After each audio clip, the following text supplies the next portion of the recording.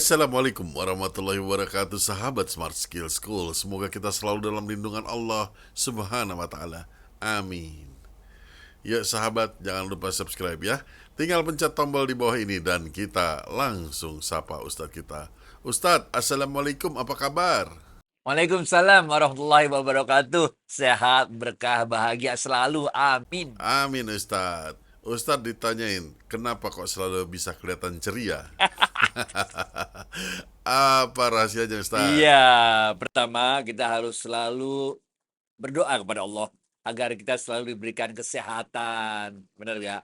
Eh, Sehat, kemudian keberkahan dari Allah. Benar ya? Yang ketiga, kebahagiaan.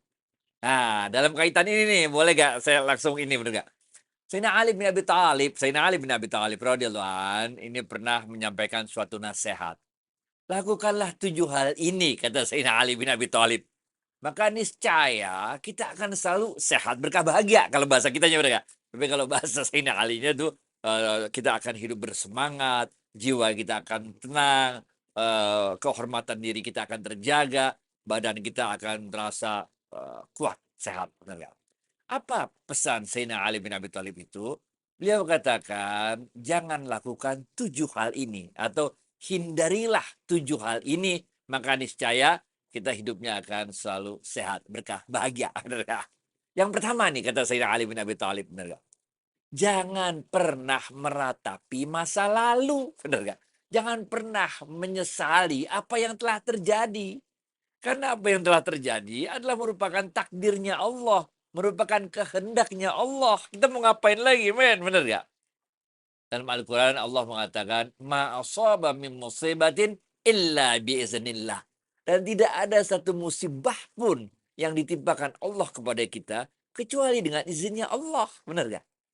Jadi kita ngapain menyesali apa yang telah terjadi, apa yang telah berlalu, udah yang berlalu berlalu aja, emang begitulah ketetapan dari Allah. Rasulullah SAW juga pernah mengajarkan kepada kita sebuah doa, Bismillahilladzi la yadurru ma'asmihi syai'un fil ardi wala fis sama wa huwas samiul alim. Wahai Allah, dengan namamu Allah, tidak ada satu kemudaratan pun yang dapat menimpa kami kecuali dengan izin-Mu. Ini. Jadi ini yang pertama. Ya, kalau kadang-kadang kalau kita nyesal-nyeselin terus ya pening, men, kita jadi tersandera dengan masa lalu, bener nggak? Kacau kacau. Itu yang pertama. Yang kedua, Sayyidina Ali bin Abi Thalib radhiyallahu anhu juga menyampaikan, jangan kita itu terlalu pening memikirkan sesuatu yang belum tentu terjadi di masa depan. Nah, ini karena kalau kita terlalu pening memikirkan sesuatu yang belum tentu terjadi di masa depan, hidup kita penuh dengan kekhawatiran, penuh dengan kecemasan, ketakutan. Ini bagaimana, itu begitu, terlalu banyak kecemasan, ketakutan. Hati-hati ya.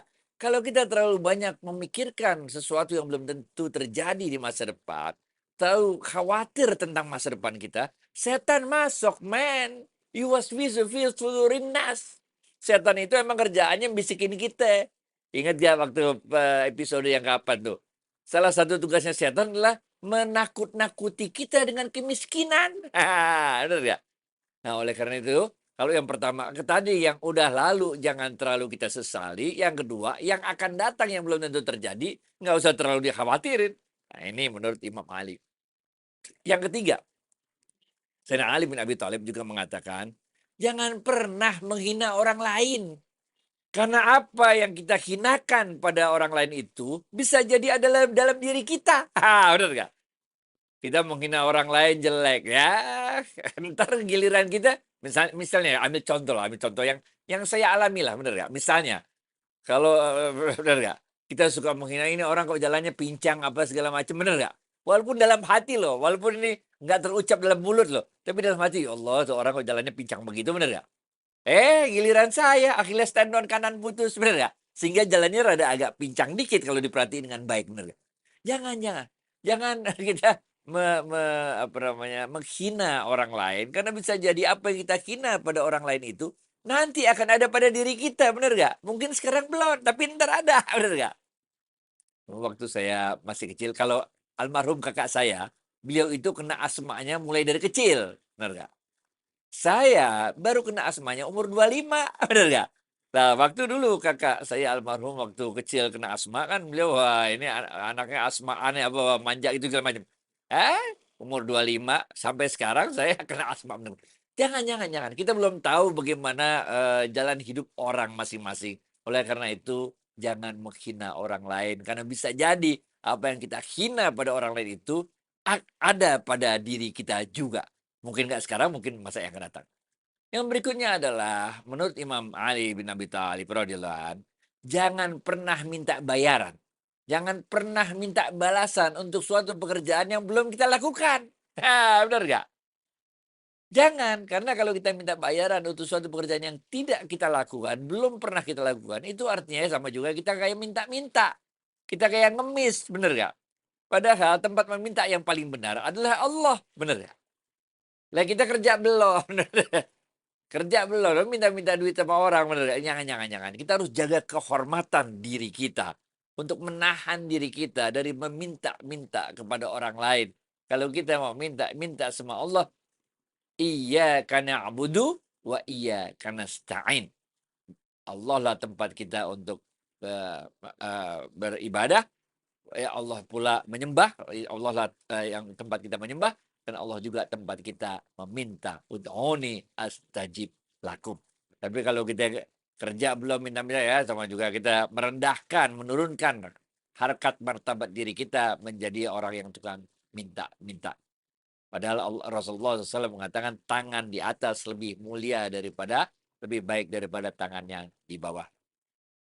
Yang kelima adalah jangan kita, melihat sesuatu, ngirian tuh kalau bahasa Indonesia ngirian. Jangan kita melihat sesuatu yang belum kita miliki dengan ketamakan kita. Kalau kita ngelihat orang pinter, kita mau jadi pinter itu boleh. Ada dua kata Rasulullah SAW yang kita boleh ngiri sama orang. Nah, yang pertama kita boleh ngiri sama orang karena orang itu amal solehnya luar biasa, benar nggak? Dia berilmu, dia beramal soleh, kita untuk hal itu boleh. Kita juga boleh kalau ada orang punya ilmu, ilmunya bermanfaat, kita ngiri sama orang kayak gitu boleh. Ada orang kaya dermawan, kita boleh ngiri kayak orang kayak gitu, bener nggak? Ini kalau kita ada orang berilmu, kasih ilmunya kita boleh ngiri, ada orang kaya yang, dermawan kita boleh ngiri. Atau dalam yang lebih umumnya, ada orang yang, melakukan banyak amal soleh, kita boleh ngiri sama orang yang model kayak begitu. Tapi kalau kita ngiri, apalagi hal-hal keduniawian, orang baru beli nih, ada teman saya. Teman saya gias kemarin, Bos. Datang ke gias beli mobil 2, satu BMW iX, satu BMW i7, men. Kacau nggak? Kita kan jadi, bener nggak? Jangan. Bahwa kita mau punya juga mobil yang kayak gitu bagusnya, bahwa kita mau punya juga barang atau sesuatu yang kayak gitu juga boleh juga. Tapi kita yang nggak boleh itu adalah, melihat sesuatu yang belum kita miliki itu dengan penuh ketamakan, dengan, eee, a kep kepengen banget gitu. Kayaknya kita tersinggung gitu kalau orang lain punya, kita nggak punya, bener nggak? Ini yang kelima. Yang keenam adalah kita jangan mancing-mancing orang lain marah. Nomor 6 ya. Ada orang kan yang modelnya marahnya lama tuh, bener nggak? Ada orang macam-macam jenisnya. Ada orang yang cepat marah, cepat maafin. Ada orang-orang yang lama marah, tapi lama maafin. Ada orang-orang yang cepat marah, lama maafin. Ada orang-orang yang lama marah, cepat maafin. Jadi macam-macam orangnya.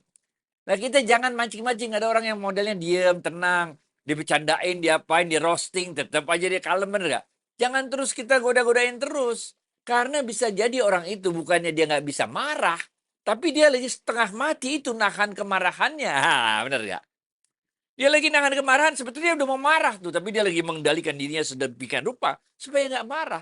Jangan terus kita uji dia dengan menguji kesabarannya dengan kita, bener nggak? Nah, banyak YouTube-nya nih, bener nggak? Ada anak kecil ya, 2 orang anak kecil, yang satu goda-godain, nantang-nantangin terus, giliran yang satu udah, habis kesabarannya, dia balas, kabur yang tadi yang suka petantang-petantang, ngajakin, goda-godain dia, bener nggak? Jangan. Kita harus menghargai kalau orang itu lama marahnya, itu berarti dia lagi berusaha sekuat tenaga menahan marahnya untuk mengendalikan dirinya. Dan yang terakhir, yang ketujuh adalah kita jangan suka muji-muji orang yang kagak tahu diri. Nah, ini men. Kalau kita muji-muji orang yang nggak tahu diri, artinya kita ikut membuat dia tambah songong. Tambah belagu aja tuh orang kita puji-puji ya. Kalau bahasa Indonesia ini namanya, suka jilatin orang tuh, nah istilahnya tuh kalau bahasa Indonesianya, bener nggak? Rasulullah SAW mengajarkan pada kita, sombong terhadap orang yang sombong adalah sedekah. Jadi kalau ada orang songong, jangan jangan kita malah, puji, jangan. Kita harus kalau kita begitu, kita malah mendorong orang itu jatuh ke dalam jurang, karena dia tidak menyadari kesalahan yang dia lakukan. Padahal Allah Subhanahu wa taala mengatakan dalam sebuah hadis qudsi, tidak akan masuk surga seseorang yang mempunyai kesombongan di dalam dirinya walaupun sebesar biji zarah. Ini men, kita boleh lakukan dosa yang lain-lain, bisa aja. Tapi jangan yang sombong men, karena iblis itu keluar dari sorga karena dia sombong. Apa ya, ketika Allah mengatakan pada semua malaikat di surga, berikan sujud penghormatan kepada Adam, semuanya melakukan sujud penghormatan kepada Nabi Allah Adam alaihissalam itu, kecuali iblis. Iblis nggak mau. Apa kata iblis? Ngapain saya harus hormat? Ana khairu minhu. Saya kan lebih baik daripada Adam. Khalaqtani min nar wa khalaqtahu min tin. Engkau ciptakan aku dari api dan engkau ciptakan Adam dari tanah. Enggak level men, kata si iblis. Bener gak? Karena kesombongan inilah iblis kemudian diusir oleh Allah dari surga. Oke. So, ingat-ingat 7 nasihat dari Sayyidina Ali bin Abi Thalib radhiyallahu anhu. Insyaallah hidup kita akan selalu sehat, berkah, bahagia. Back to you, Wid. Nah, hindari 7 hal tersebut ya Ustaz. Nah Ustaz, ada sahabat yang sudah berbahagia sebenarnya bertanya, di kantor beliau itu ada teman kantor wanita yang rajin, baik, ramah, sabar, suka menolong dan tidak pernah mengeluh, sehingga menjadi orang yang sangat disukai oleh sahabat-sahabat pegawai dan mengundang rasa sayang, walaupun hati tetap sayang ke istri yang utama. Ustadz, apakah boleh ada rasa sayang dan menganggapnya sebagai adik? Nggak ada bos, bohong-bohongan itu. Bagaimana bos? Kalau adek mah adek, bener gak? Kalau adek bos, kalau kita saudara sekandung, kadang-kadang kita bisa jadi marahan. Bener gak? Beda pendapat, marahan kita, adik kakak marahan, bisa jadi. Tapi karena dia adik kita, karena kita saudara sekandung, ya udah, nggak bakal panjang lebar, selesai dah tuh. Karena kita emang saudara sekandung. Ada lagunya tuh, he's my brother, he's in heavy, bener ya, ada lagunya, ntar lu cari sendiri ya.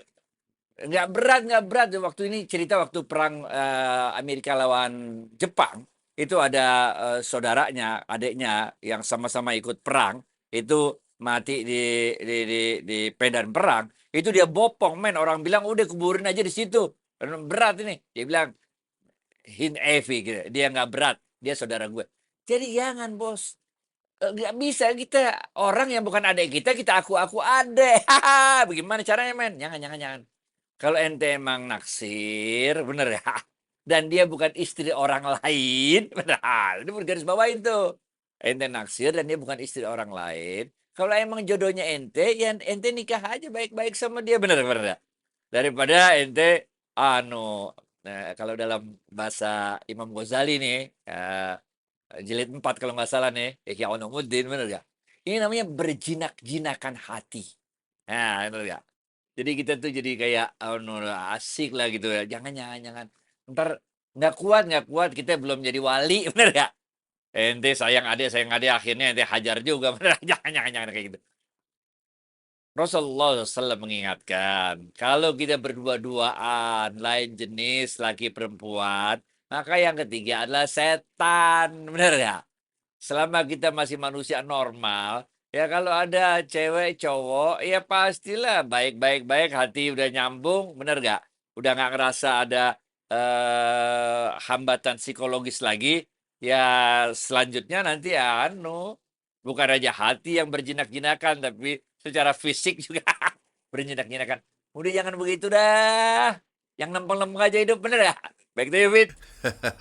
Berjinak-jinak. Semoga dapat dipahami oleh sahabat kita dan jangan sedih. Berikut ada pertanyaan dari sahabat muda kita. Dia itu suka nonton YouTube dan sesekali jadi melihat gambar-gambar pornografi, Ustadz. Apakah ini termasuk zina? Ini gimana jawabnya nih? Pelan-pelan ya, pelan-pelan ya. Pelan-pelan ya, pelan-pelan ya. Kita bahas dulu secara ilmu fikih dulu ya. Secara ilmu fikih dulu ya.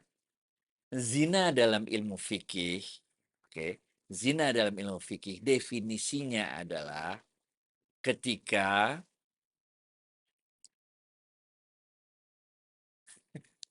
zina dalam ilmu fikih definisinya adalah ketika pedang masuk pada sarungnya. Nah, ini definisi ilmu fikih apa yang dimaksud dengan zina, yaitu ketika pedang masuk pada sarungnya. Yang dilarang oleh Allah di dalam Al-Quran bukan sekedar zinanya, bukan sekedar pedang masuk pada sarungnya, tapi yang dilarang oleh Allah dalam Al-Quran, wala taqrabu zina. Bukan sekedar zinanya yang dilarang, bukan sekedar bertemunya dua kelamin yang dilarang, tapi juga perbuatan-perbuatan yang menuju mengarah kepada zina. Makanya bahasanya wala taqrabu zina, dan janganlah engkau mendekati zina. Dalam ilmu fikih ini didefinisikan bahwa pertama didefinisikan apa itu zina, kedua diberi tafsir yang dimaksud taqrabu zina adalah perbuatan-perbuatan yang mengarah mendekati ke arah zina itu sendiri. Oke. Nah, itu kalau kita dalam ilmu fikih.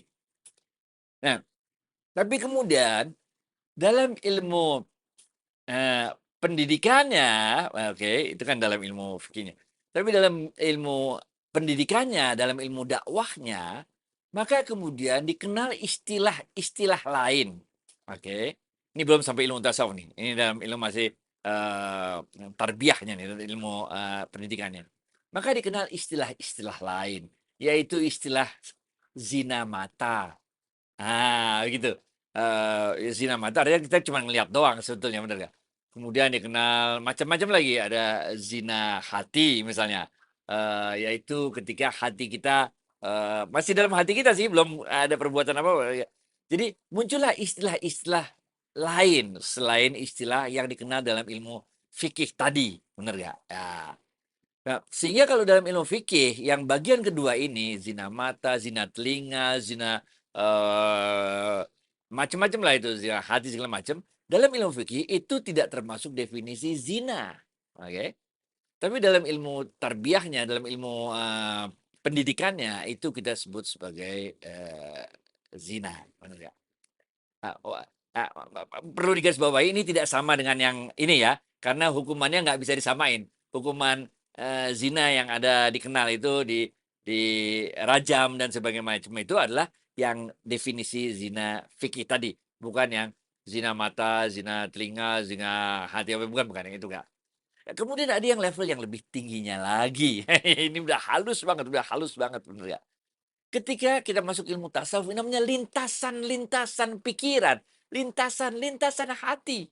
Wah, ini halus banget, halus banget, halus banget. Ini sekedar lintasan-lintasan aja kita nggak mau, sebenarnya. Benar-benar kita jaga, kepikiran aja nggak mau, bener ya? Atau terlintas aja sedikit nggak mau loh. Kadang-kadang kita terlintas. Ini kalau sama ya, kalau misalnya, misalnya benar kita ini enak nih kayaknya, ini nggak bisa. Ini udah levelnya lebih tinggi lagi.